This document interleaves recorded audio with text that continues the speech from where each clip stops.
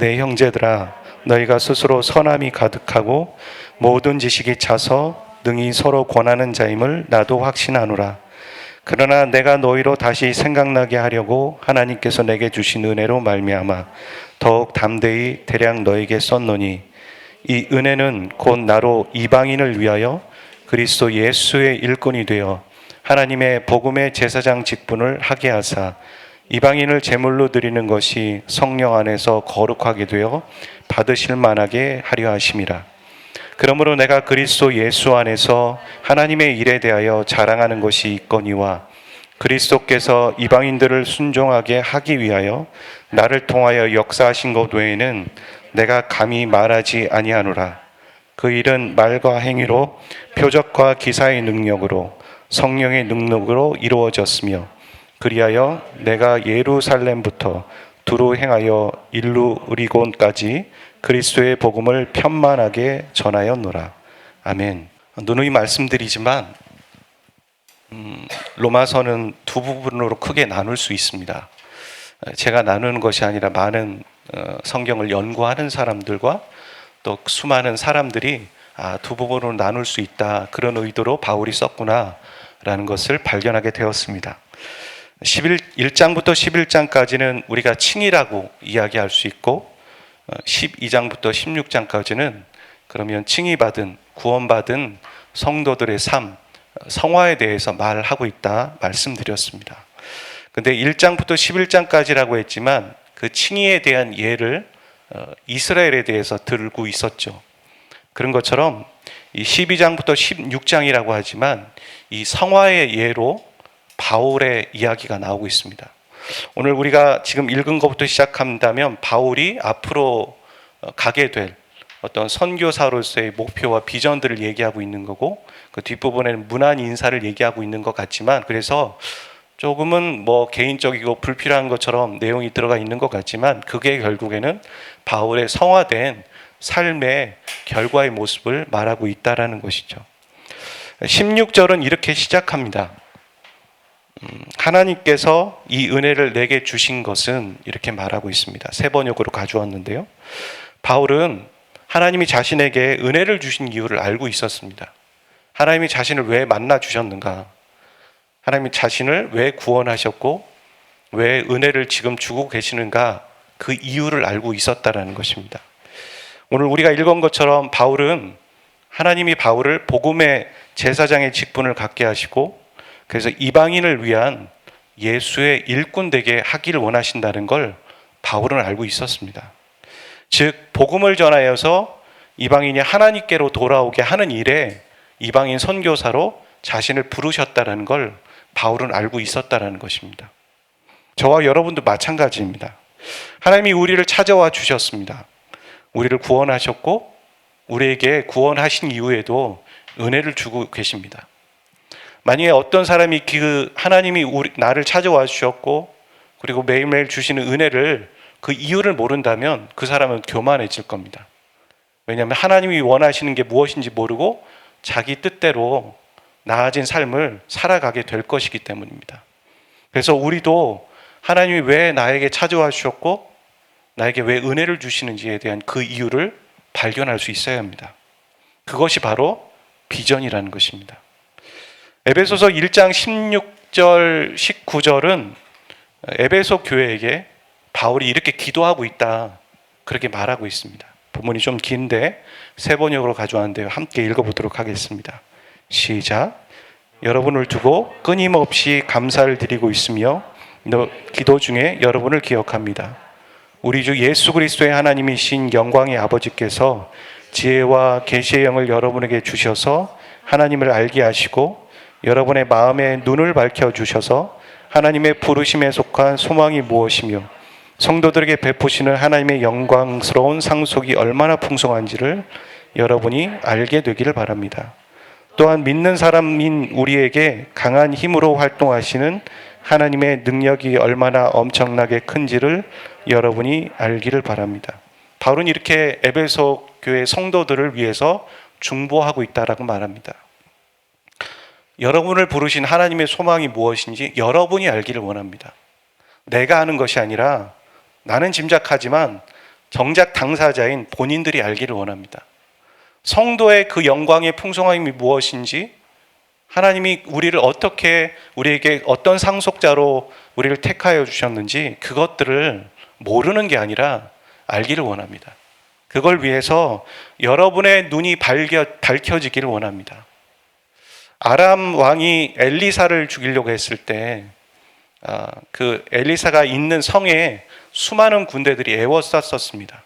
그랬을 때 엘리사의 문하생이었던 그 사람이 밖을 나가 보니까 어마어마한 군대가 자신을 둘러싸고 있는 걸 알았는 거죠.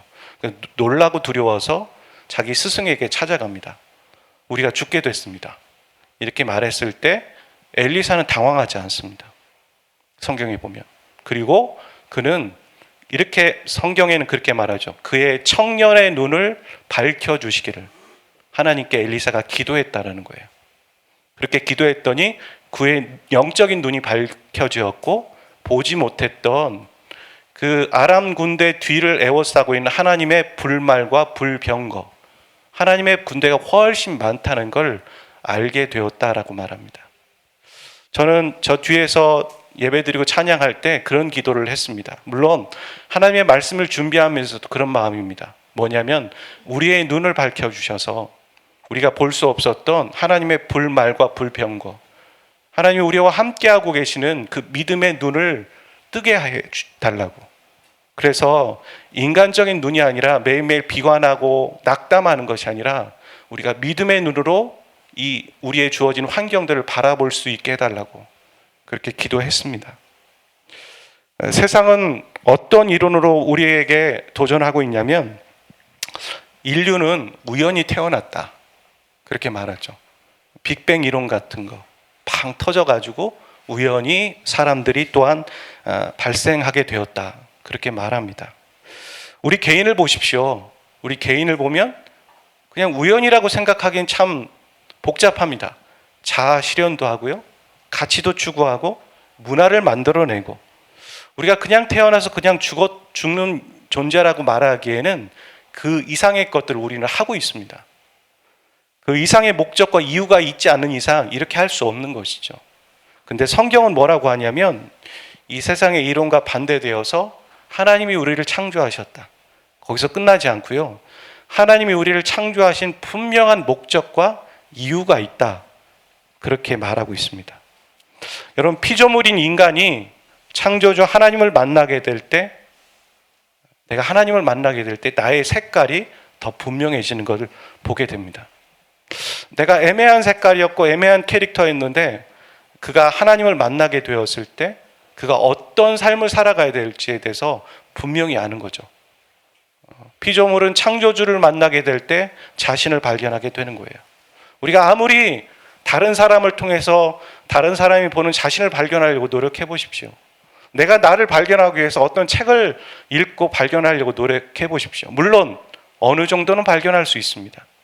하지만 그건 한계가 있고 어떤 때는 왜곡이 주어집니다. 하지만 창조주, 나를 지으신 창조주 하나님을 만나게 될 때 비로소 나의 색깔이 분명해지게 되는 것이죠. 바울에게도 이 비전을 발견하는 일들 가운데 그 과정들이 있었다는 것입니다. 이 과정이 어떤 것인지 그것을 저와 여러분이 좀 살펴보려고 하는 겁니다. 처음에 바울이 예수님을 만나기 전 이름은 사울이었습니다. 예수 믿는 사람들을 잡아서 옥에 가두었고 그 믿는 사람들을 죽이려 했고 죽였습니다. 그게 사울이 하는 열심이었고 사울의 일이었던 것이죠. 그런데 예수님이 사울을 만나 주십니다.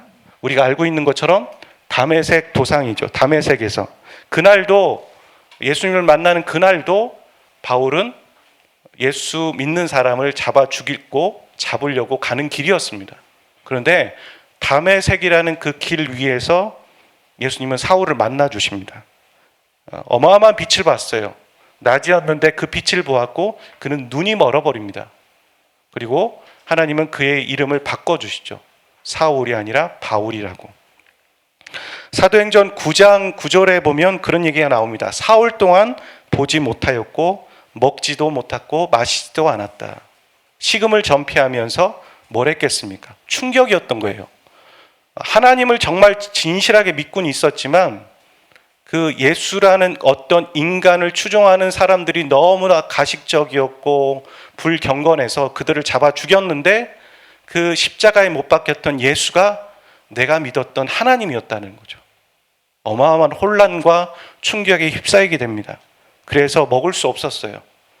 보지도 못했지만 마실 수도 없었습니다.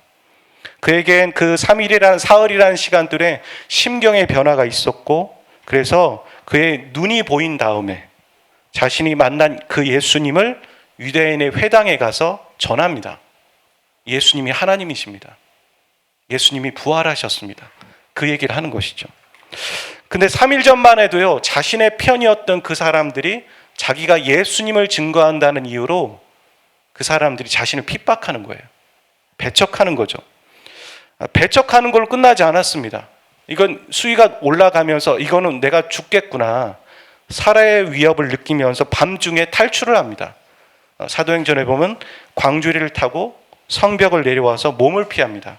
그리고 어디를 가냐면 여기 나와 있는 것처럼 아라비아 광야에 3년 동안 숨습니다. 그 3년 동안 그는 하나님과 함께 보냈습니다. 하나님과 함께하는 시간들을 보냈다는 거죠. 그리고 그 3년의 시간이 지난 다음에 바울은 예루살렘으로 옵니다. 거기서 바울은 주님의 제자들을 만나길 원했어요. 그리고 그 제자들을 만나서 영적인 교제를 하기를 원했습니다. 왜냐하면 자신은 예수님이 살아 계셨을 때 만나지 못했거든요. 그러니까 예수님과 함께 동행했던 그 제자들을 만나기 원했어요. 예수님이 어떤 말씀을 하셨습니까? 뭐 이런 얘기를 듣기를 원했겠죠. 그런데 제자들도 이 바울을 배척합니다. 왜냐하면 믿을 수 없다는 거죠. 몇 년 전까지만 해도 예수님 믿는 사람을 잡았고 핍박했고 죽였던 사람인데 그 사람이 회심했다고 난 못 믿겠어 라고 하면서 제자들도 이 바울을 배척합니다. 이렇게 보면 예수님을 믿는 자는 바울의 회심을 믿을 수 없다 해서 배척했고 그 다음에 예수님을 믿지 않는 자는 예수님을 전한다고 해서 바울을 배척한 거죠. 이렇게든 저렇게든 마음을 둘 곳이 바울에게는 없었습니다. 그래서 바울은 자신의 고향인 조그만 도시였던 다소로 갑니다. 그리고 그 다소에서 10년 동안을 있습니다. 10년 동안 경건의 생활을 했고 신앙생활만 하면서 그렇게 10년을 보냈다는 것입니다. 그러다가 안디옥 교회에 있는 바나바가 바울을 찾아옵니다. 사도행전에 다 나오는 얘기입니다. 바나바가 바울을 믿어준 거죠. 이렇게 믿어주면서 같이 목회를 하자고 제안하는 거예요. 우리 안디옥 교회에 가서 같이 목회합시다. 난 당신이 회심했다는 걸 난 믿어요. 그러면서 그가 서로 연합해서 동역해서 안디옥 교회가 놀랍게 세워지죠. 그리고 그 안디옥 교회에서 그리스도인이라는 칭함을 받게 되잖아요. 안 믿는 사람들을 통해. 그게 바로 그리스도인이라는 게 바로 예수에게 미친 사람이다. 이런 말이에요.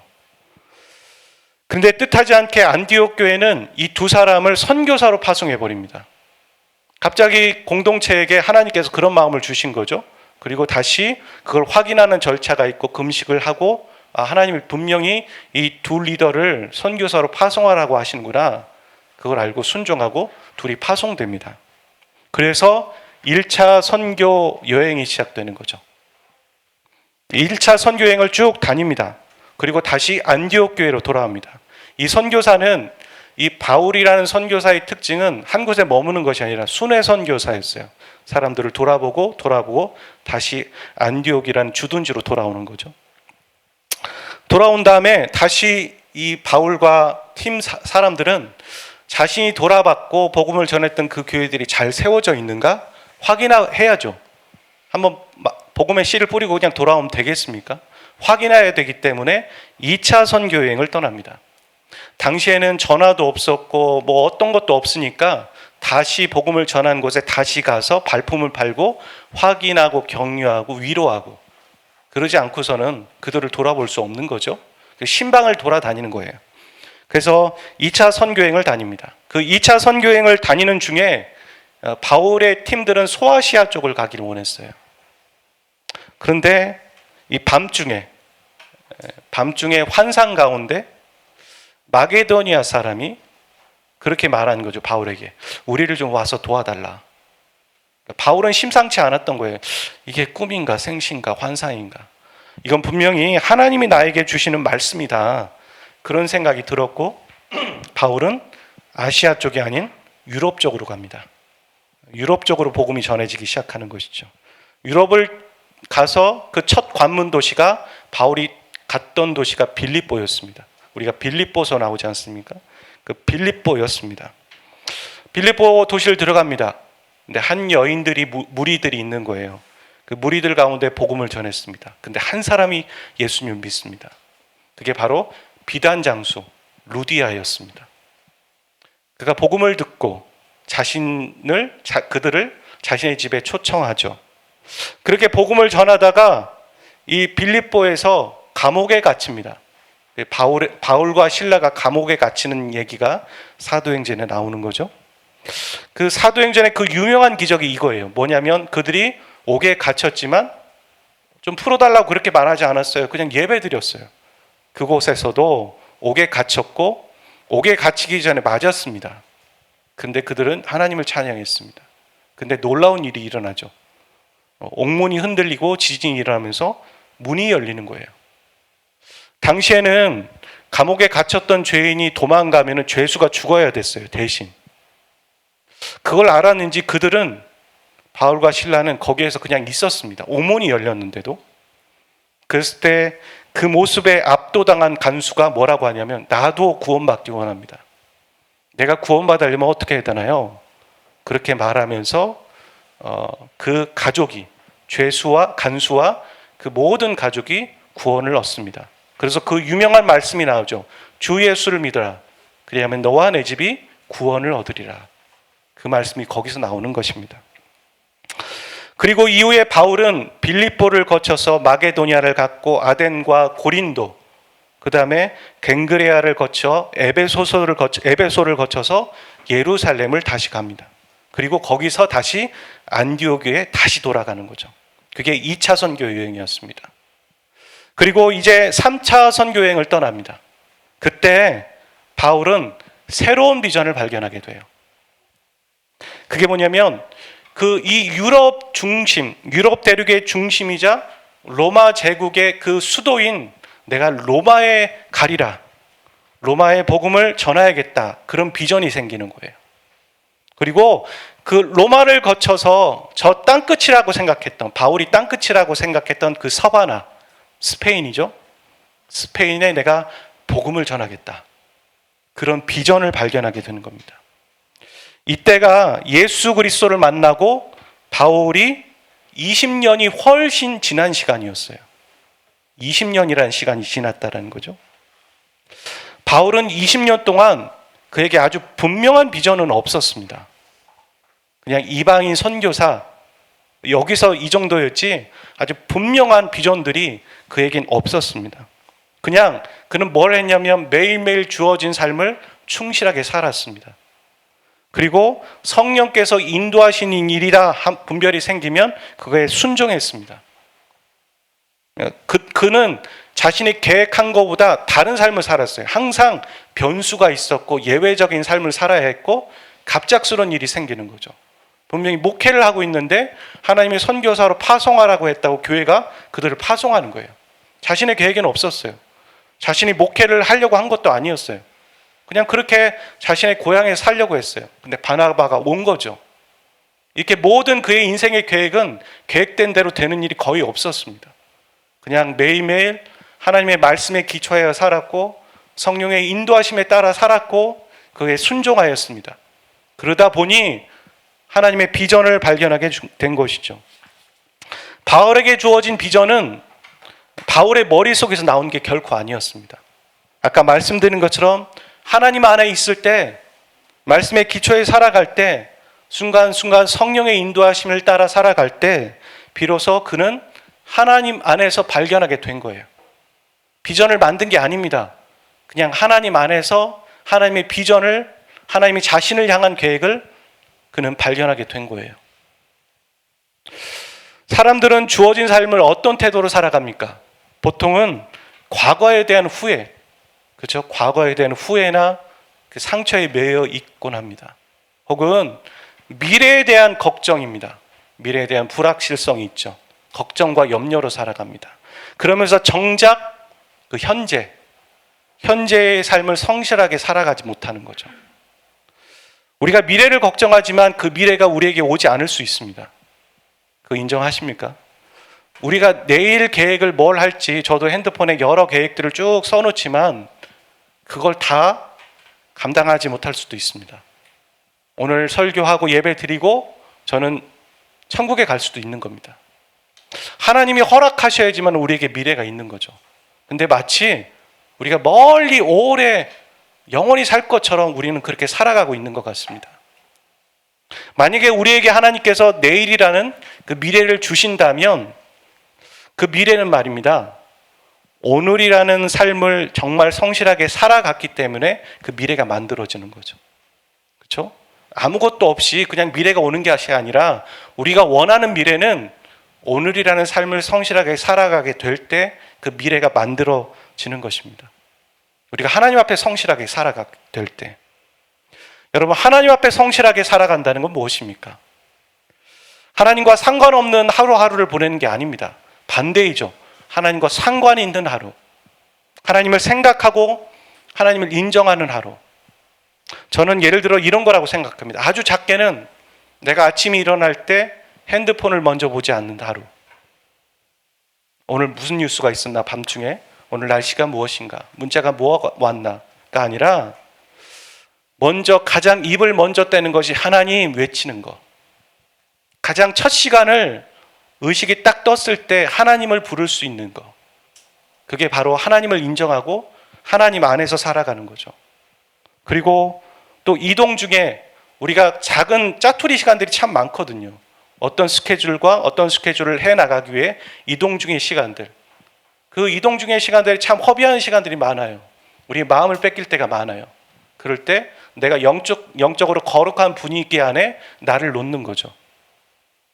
극동 방송을 틀어서 찬양을 흘러나오게 한다든가, 말씀을 듣는다든가, 그런 시간들을 가질 수 있는 것. 우리가 식사를 거르지 않듯 배고플 때 뭐라도 찾아 먹는 것처럼 매일매일 영적 양식을 빠지지 않고 먹겠다. 그런 다짐들. 아주 작은 것 같지만 그 작은 것이 이루어서 우리의 미래를 완성하고 큰 것을 이루죠. 또 염려가 들 때마다 사람들은 염려로 그칩니다. 푸념으로 끝나는 거죠. 아유, 어떡하지? 옆에 사람들 어떡할까 걱정하고 그들이 해결하는 해법을 찾으면서 나도 저렇게 살아야 되나? 갈팡질팡하는 거죠. 그것이 아니라 염려가 들 때, 내가 부정적인 말 한마디 할 때 할 수 있겠죠. 하지만 그 다음에 기도로 그 다음을 덮는 거. 염려 있어? 그럼 기도. 부정적인 말을 했어? 또 다시 기도.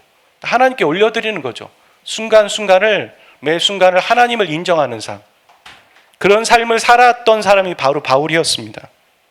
바울의 인생을 다시 한번 생각해 보십시오. 13년 동안, 그는 13년 동안 경건과 기도의 시간만 가졌습니다. 아라비아 광야에서, 다소라는 자기의 고향에서. 그리고 이 로마에 대한 비전과 서바나에 대한 비전을 갖는 동안 도합해서 총 20년이라는 시간 동안 그는 하나님의 말씀 앞에서 진리의 사람으로 살아간 것입니다. 하나님께 채널을 맞췄다라는 것이죠. 여러분, 여호수아서에 보면 갈렙이 나오잖아요. 갈렙은 여호수아와 함께 가나안 땅을 들어가긴 했지만 성경은 여호수아가 계속 드러나고 있고 갈렙은 잠깐 나왔다가 없어지죠. 그랬다가 가나안 땅에 들어가서 비로소 나이가 들어서 갈렙이 이 산지를 내게 주소서 하면서 자신의 분깃을 찾는 장면이 나옵니다. 여러분, 어찌 보면 젊은 갈렙이었다가 나이 들어서 갈렙이 다시 등장하는 그 사이에 무슨 일이 있었을까요? 성경은 말하지 않아요. 하지만 단서를 제공합니다. 두 부분이 나오는데 그런 얘기를 합니다. 갈렙이 여호와 앞에 충성하였으므로. 그런 얘기가 나와요. 그 충성이라는 단어는 우리가 충성한다는 일 수 있지만 이 히브리어 단어로 봤을 때 가득 채우다라는 그 말레라는 단어를 써요. 뭐냐면 하나님이 나에게 약속하신 그 프리패스를 기억하는 거예요. 그 약속의 말씀을 믿고 나와 하나님 사이에 다른 것을 장애물을 끼워놓지 않았다라는 거죠. 평생. 그래서 그는 체력 운동도 했고 체력 단련도 했고 믿음도 지켰고 그렇게 준비되어서 이 산지를 내게 주십시오. 난 아직 충분히 강합니다. 준비됐습니다. 그런 말을 할 수 있었다라는 거죠. 우리와 하나님 사이에 얼마나 많은 것들이 끼어들어가 있습니까? 얼마나 많은 것들이 복잡하게 들어가 이물질이 있어서 우리가 하나님을 바라보려고 하지만 그것이 안 보입니까? 그것을 치우는 건 우리의 선택이에요. 우리의 선택입니다. 새가 나의 머리 위를 날아가게 하는 것은 내가 할 수 없지만, 내가 어떻게 할 수 없지만, 새가 내 머리 위에 둥지를 트는 건 그건 내 책임입니다. 그렇죠? 사단이 우리를 유혹할 수 있겠지만 그 유혹에 내가 넘어가느냐 안 넘어가는 내 선택이라는 말입니다. 오늘 우리가 하나님의 말씀을 듣지만 그 말씀에 내가 믿음으로 반응할 것이냐 안 반응할 것이냐는 우리가 똑같이 여기 모여 있지만 그건 우리의 선택입니다. 그 말씀대로 일주일을 살아갈 것이냐 안 살아갈 것이냐는 우리의 선택이라는 말입니다. 우리가 그냥 교회 다니고 그리스도인이라는 이름으로 불려지는 것에 만족하지 않으셨으면 좋겠습니다. 우리의 삶의 생각과 방향과 기초가 바로 하나님의 말씀에서 시작되어야 합니다. 내가 어떤 일을 하려고 합니다. 내가 어떤 선택을 하려고 합니다. 어떤 행동을 하려고 할 때 이게 하나님이 기뻐하시는 건가? 그냥 막연한 것이 아니라 그것을 하나님의 말씀에서 찾을 수 있어야죠. 그냥 기뻐하시는 건가? 모르겠다. 그게 아니라 하나님의 말씀을 생각나고 그 생각 안에서 이런 동기에서 이거는 잘못된 것이구나. 분별할 수 있으셔야죠. 언제까지 사람들에게 찾아가면서 기도하고 묻고 하겠습니까? 내가 하나님의 말씀에서 그것을 찾아낼 수 있어야죠. 그래서 하나님의 말씀에 기초한 삶을 살아가야 되는 것이죠. 내가 성경을 펴야 되는 것이고요. 진리의 말씀에 서 있지 않게 되면 우리가 가지는 꿈과 비전은 야망이 될 가능성이 상당히 큽니다. 교회 안에서 그리스도인이라는 사람들이 교회에 어떤 일들을 이루어가고 또 그가 사회에서 어떤 일을 이루어갈 때 그가 내뱉는 모든 것이 하나님의 비전일까요? 저 그렇지 않은 거 많이 봅니다. 야망입니다. 인간적인 야망이에요. 그 인간적인 야망으로 성도들을 힘들게 하고 사회생활을 하면서 자기의 지위로 아래 사람들을 힘들게 해요. 그리스도인이라는 이름으로 비전이라는 얘기로 말입니다. 그래서 우리가 하나님의 말씀에 서 있지 않게 되면 나와 내 가족과 주위 사람들을 아주 망하게 할 수도 있습니다. 망치게 할 수 있다라는 것입니다. 사랑하는 여러분, 우리가 돈을 얼마나 많이 벌고 얼마나 부하게 살 것인가에 초점을 맞추지 마시기 바랍니다. 돈은 우리가 아무리 모아도 좀 더 우리에게 그런 고백을 하게 만듭니다. 항상 부족합니다. 이만큼 모으면 내가 만족할 것 같지만 그렇게 해도 부족합니다. 자족해야 합니다. 주어진 것에 감사하는 것. 그게 바로 성경의 정신입니다. 부족해서 더 벌어야 돼, 더 많아야 돼가 아니라 나에게 주어진 것에 감사하는 것, 현재의 상황에서.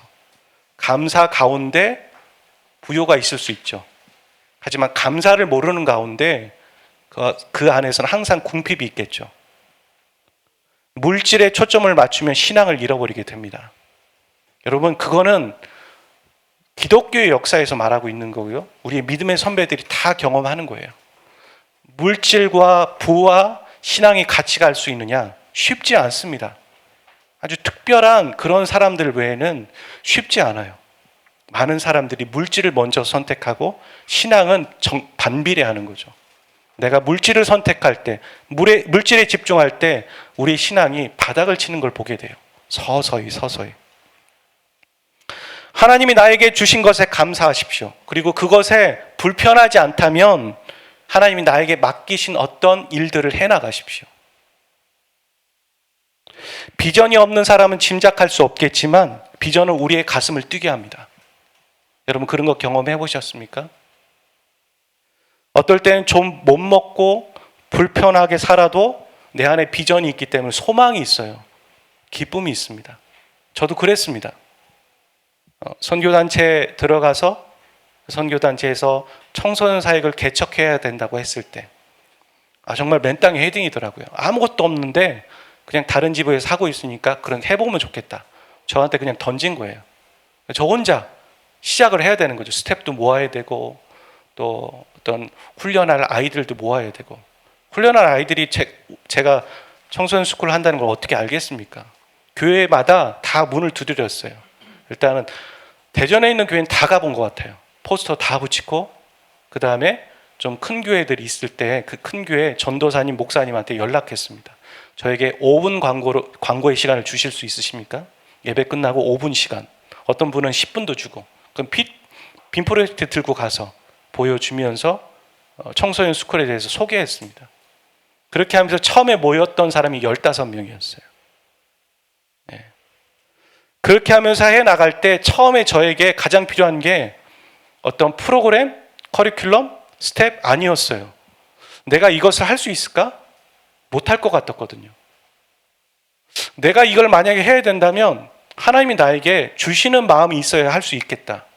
그런 마음이었어요. 그래서 하나님이 나에게 주시는 마음을 내가 얻지 못하면 나는 한 발자국도 움직일 수 없습니다. 그런 마음으로 기도했습니다. 근데 시간이 얼마 지나지 않아서 하나님이 저에게 말씀하셨어요. 야, 그 청소년들을 나는 오래전부터 나의 동역자로 부르고 있었어. 그렇게 말씀해 주셨어요. 눈물이 났습니다. 하나님의 마음을 알게 되었을 때. 그리고 청소년들은 제가 그전부터 아이들이라고 생각했거든요. 엄마 더 먹고 와, 더 크고 와, 이런 생각이 있었거든요. 우리도 다 그런 마음이 어느 정도 있죠. 근데 그들은 하나님의 동역자다. 나의 동역자를 세우는 거구나. 그런 마음으로 시작하게 되었습니다. 그 비전이 있었을 때 배고팠지만, 불편했지만, 어려운 시간들이 있었지만 기뻤어요. 즐거웠습니다. 그것 때문에 가슴이 뛰었습니다. 인간이 갖고 있는 야망도 인간을 끌고 갑니다. 그렇다면 하나님이 우리에게 주시는 비전이 있다면 우리는 어떻게 될까요? 지치지 않는 힘과 원동력이 우리 안에 생기게 될 것입니다.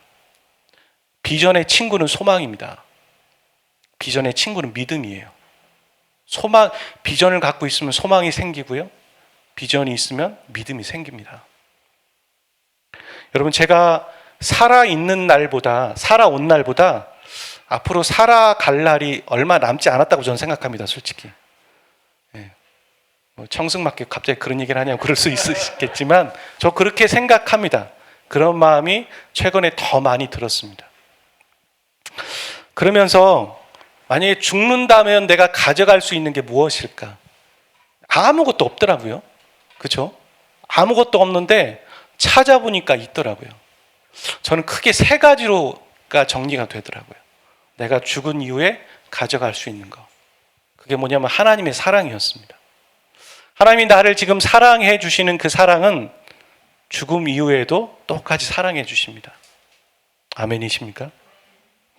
근데 그 하나님의 사랑으로 인해서 내 안에 뭐가 생겼어요? 믿음이 생겼잖아요. 하나님이 오셨기 때문에 내 안에 믿음이 생겼고, 그 믿음으로 내가 천국에 간다라는 믿음을 갖고 있죠. 근데 그 믿음은 없어지지 않더라고요. 그러니까 믿음을 가지고 가요. 그리고 하나님이 나에게 사랑을 해주셔서 내 안에 믿음이 생겼고, 그 믿음을 어디에 씁니까? 죽어가는 영혼들을 보고 복음을 전했잖아요. 그 영혼이 구원을 얻었지 않습니까? 그 영혼도 같이 가더라고요. 천국에 가보면 하나님의 사랑이 있고, 그리고 믿음이 내 안에 있고, 그 다음에 그 영혼이 있는 거예요. 사랑, 믿음, 영혼.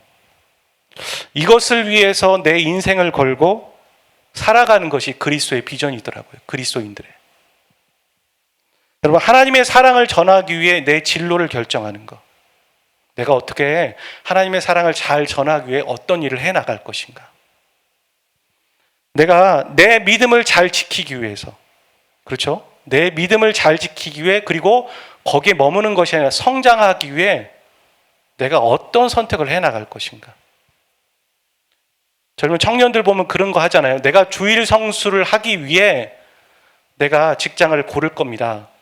참 귀한 고백이라고 저는 생각해요. 저도 그랬어요. 첫 직장을 다닐 때 토요일까지 근무를 했어야 하는데 저 때는 청년 예배가 토요일에 있었거든요. 참 마음이 불편하더라고요. 이걸 어떻게 해야 되나. 자, 그런 고민들도 있지만 그런 고민을 결단하는 형제와 자매들이 있죠. 세 번째는 나에게 맡겨주신 그 영혼들을 위해서 내가 어떤 선택을, 어떤 진로를 고민할 것인가. 그렇죠? 분명히 여러분 안에 나에게 맡겨주신 영혼이라는 그 영혼들이 있으실 겁니다. 그런 분들이 있으실 거예요.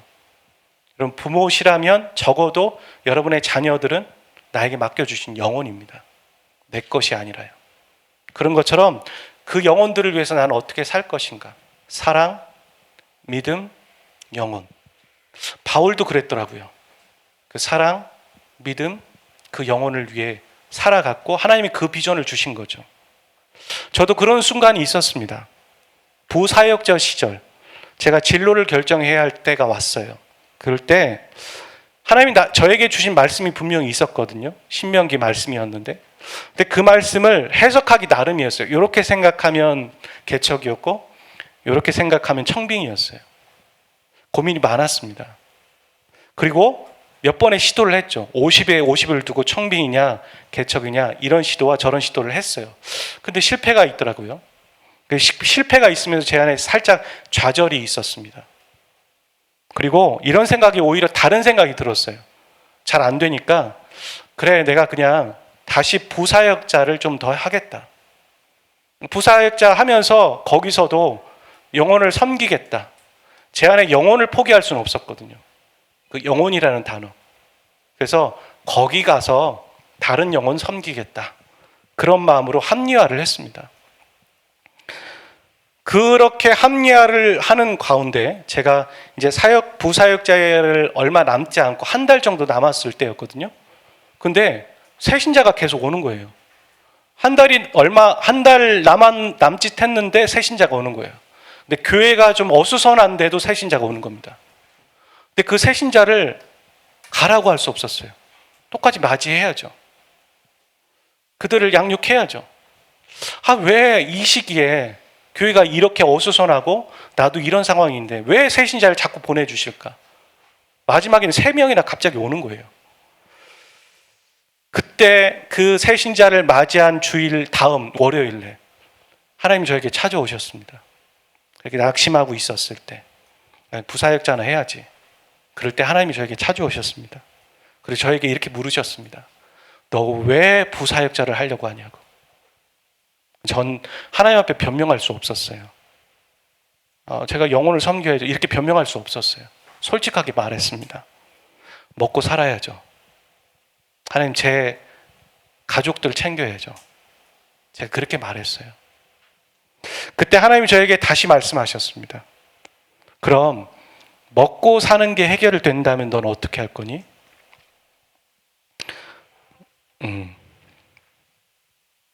그럴 때 제가 그 교회 문제로 힘들어하는 그 영혼들을 다시 챙기겠다고 그렇게 말했습니다. 나에게 맡기신 영혼이 다른 부사역자에 가서 다른 교회 사람이 아니라 내가 그 영혼들을 섬기고 싶은데 현실은 어쩔 수 없으니 내가 부사역자로 가겠다고 말한 거였거든요. 근데 하나님이 저에게 그렇게 말씀하셨습니다. 네가 너의 삶을 내가 책임져 주면 넌 어떻게 할 거냐고. 그래서 제가 그 영혼들을 다시 섬기겠다고 말했습니다. 그때 저에게 하나님이 주셨던 말씀이 마태복음 6장 33절입니다. 여러분 잘 알고 있는 말씀이죠.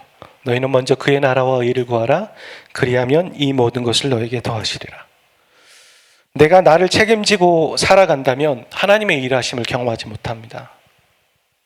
하지만 그 짐을 하나님께 맡기고 내가 하나님의 말씀을 존중하고 말씀대로 살아가면 하나님이 나를 책임져 주시는 걸 경험하게 됩니다. 여러분 어떤 걸 경험하기 원하십니까? 어떤 삶을 선택하기 원하세요? 내가 내 인생을 책임지며 살아가시겠습니까? 여러분 잘 되세요? 쉽지 않죠. 여러분을 하나님께 맡기는 게 지혜로운 겁니다. 여러분의 인생을 하나님께 맡기십시오. 다 포기하십시오. 두 손을 드십시오. 난 모르겠습니다. 오히려 그게 더 낫습니다. 하나님이 해결해 주세요. 그리고 나는 하나님의 말씀대로 살아갈게요. 너희는 먼저 그의 나라와 의를 구하라. 하나님의 나라를 구하십시오.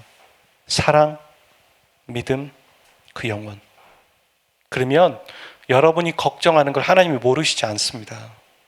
하나님 채워주신다고 약속하십니다. 믿으셔야 합니다.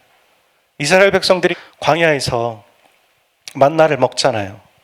하나님이 주시는 만나를 먹으면서 그 사람들 가운데 믿음이 없는 거죠. 불신이 생기는 거죠. 걱정이에요, 걱정.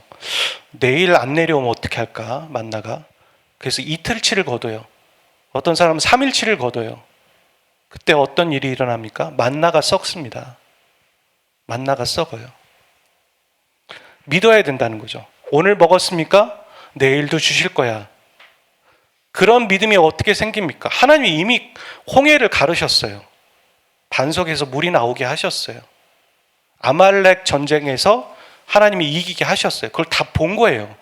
봤기 때문에 믿음이 얼마든지 있을 수 있었는데 또 불신이 생기는 거죠. 하나님은 안 보여주시고 그냥 믿어 이렇게 말씀하지 않으십니다. 우리에게 보여주세요. 충분히 증거, 부인할 수 없을 만한 증거를 우리에게 보여주셨고 옆에 있는 믿음의 동역자들을 통해 알게 하시잖아요. 그런데도 우리는 또 의심합니다. 내일 만나가 안 내리면 어떡하지? 더 거두면 썩는 겁니다. 흘려보내십시오. 하나님이 주시는 만큼 먹으십시오. 그리고 그 다음은 하나님께 맡기십시오.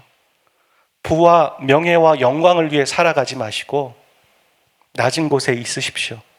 십자가를 생각하고 주님이 우리를 어떻게 구원하신지 생각한다면 우리도 어떤 방법과 어떤 선택으로 삶을 살아가야 될지는 여러분이 다 잘 아실 겁니다.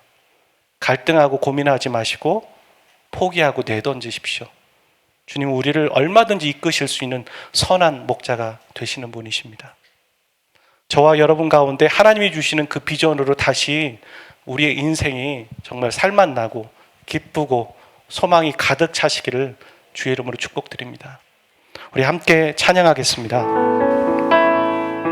주가 보이신 생명의 길, 나 주님과 함께 상한 마음을 들이며 주님 앞에 나가리.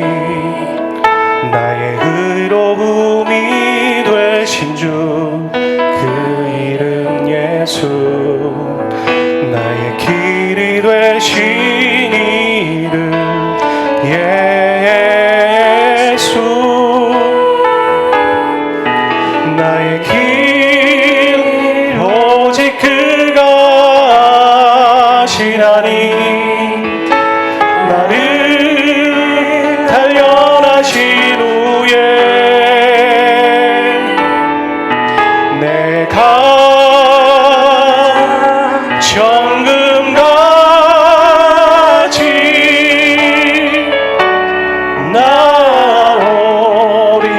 나오리다.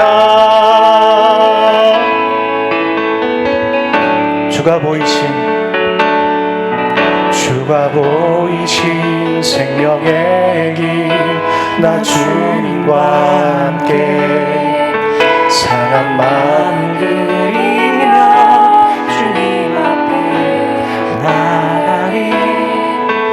나의 의로움이 되신 주 그 이름 예수, 나의 길이 되신 이름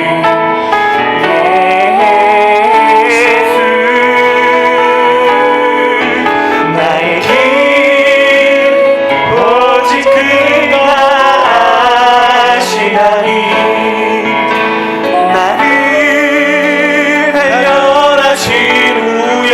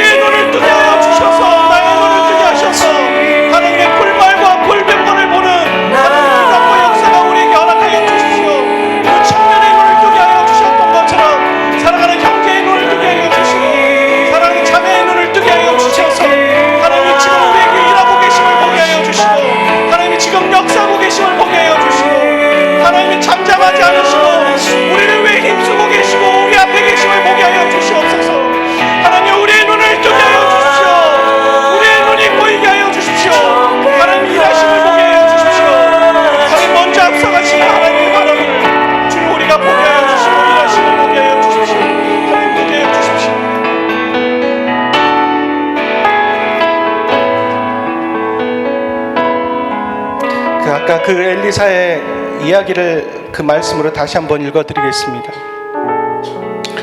왕이 이에 말과 병거와 많은 군사를 보내매 그들이 밤에 가서 그 성읍들을 에워쌌더라. 하나님의 사람의 사원이 일찍 일어나서 나가보니 군사와 말과 병거가 성읍을 에워쌌는지라. 그의 사원이 엘리사에게 말하되 내 주여 우리가 어찌하리까 하니 대답하되 두려워하지 말라. 우리와 함께한 자가 그들과 함께한 자보다 많으니라 하고 기도하여 이르되 여호와여 원하건대 그의 눈을 열어서 보게 하옵소서. 아니 여호와께서 그 청년의 눈을 여심해 그가 보니 불말과 불병거가 산에 가득하여 엘리사를 둘렀더라. 우리가 하나님 앞에 그렇게 한 번만 더 기도하기를 원합니다. 하나님, 나의 눈을 열어 주시옵소서. 나의 눈을 열어 주셔서 하나님의 불말과 불병거를 보게 하여 주십시오. 나와 함께 하시는 하나님의 역사와 일하심이 있는데 나는 그것을 세상적인 눈으로 바라보며 나 혼자 있다라고 말합니다. 나의 눈을 열어 주시옵소서. 저와 우리 윤 선생님이 찾아다니시면서 함께 기도하기를 원합니다. 하나님, 이 형제의 눈을 열어 주시옵소서. 이 자매의 눈을 열어 주시옵소서. 이 청년의 눈을 열어 주셔서 하나님을 보게 하여 주시옵소서. 하나님의 불말과 불병과가 세상의 군대보다 훨씬 많다는 것을 보게 하여 주시옵소서. 하나님, 눈을 열어 주시옵소서. 나의 눈을 열어 주셔서 하나님의 일하심을 보게 하여 주시옵소서. 하나님, 우리와 공기처럼 호흡처럼 함께하고 계심을 보게 하여 주시옵소서. 하나님, 사랑하는 형제와 자매들의 눈을 열어 주시고 그의 아픈 마음들을 치료하시고 회복하여 주십시오. 과거에 매여 있을 수밖에 없는 상처와 아픔들이 깊이 자리 잡은 자매와 형제들의 마음 가운데, 그 과거 가운데 주님 찾아가 주시고 하나님 혼자 있지 않고 하나님의 함께 하셨음을, 지키고 계셨음을 깨닫고 알게 도와주십시오. 그리고 또한 미래에 대한 염려로 가득 차 있는 사람들에게 찾아가 주셔서 하나님, 그 미래를 책임지는 분은 하나님이심을 믿게 하여 주십시오. 우리가 어떻게 여기까지 왔습니까? 우리의 힘으로 온 것이 아니라 하나님이 우리를 도와주셨음을 믿는다면 또한 우리는 또한 하나님께 우리의 미래를 맡기고 하나님이 우리에게 허락하여 주신 하나님 그 영혼들과 하나님의 나라를 위해 살아가는 것이 우리가 마땅히 해야 될 것임을 기억하게 도와주십시오. 사랑하는 형제와 자매들에게 잘못된 매일매일의 습관과 루틴들이 거룩함으로 바뀌기를 원합니다. 그 십자가를 통과하여서 하나님 추악했던 십자가가 거룩한 십자가가 되고 절망과 죽음의 십자가가 소망의 십자가가 될 수 있었던 그 하나님의 사랑의 능력으로 우리의 형제와 자매들의 가정과 삶에 찾아가 주시옵소서. 잘못된 것들이 거룩한 것으로 바뀌고 더럽고 추악한 것들이 온전하고 사랑스러운 것으로 바뀌는 역사가 일어나게 하여 주시옵소서. 우리에게 매일매일 성령께서 말씀하고 계시는데 우리는 세상의 음성을 쫓고 세상의 음성을 쫓으며 두려워하고 쫄고 주눅들어 있습니다. 우리의 눈을 열어주셔서 하나님의 음성만을 쫓고 성령께서 우리에게 세미하게 매일 말씀하시는 그 음성을 존중하게 도와주십시오. 보이든 보이지 않든 하나님 앞에서 살아가는 것이 무엇인지 배우게 하시고 그 맛을 드릴 수 있는 귀한 형제 자매들 되게 도와주십시오. 하나님 믿습니다. 우리의 신앙의 연수가 다 달라서 느끼는 게 다를 수 있겠지만 하나님은 분명 신앙의 연수를 뛰어넘어서 우리의 환경을 뛰어넘어서 우리의 배경을 뛰어넘어서 하나님은 일하시는 분임을 믿습니다. 하나님 얼마든지 하실 수만 있다면 하나님께서는 그들의 영적인 눈과 귀를 열게 하셔서 더 놀라운 일을 하실 수도 있음을 믿습니다. 우린 그걸 제한하지 않습니다. 우리 한 사람 한 사람 자신에 대해서도 제한하지 않게 하시고 하나님이 땡기시는 만큼 우리가 그거에 순종하고 반응하는 귀한 한 영혼 되게 도와주시옵소서. 이제는 우리 주 예수 그리스도의 은혜와 아버지 극진하신 사랑과 성령님의 교통하심이 하나님의 말씀을 듣고 그 말씀대로 살아가기로 결정하는 귀한 예배자들 심령 위에 이제부터 영원까지 항상 함께 하시기를 간절히 축원하옵나이다. 아멘.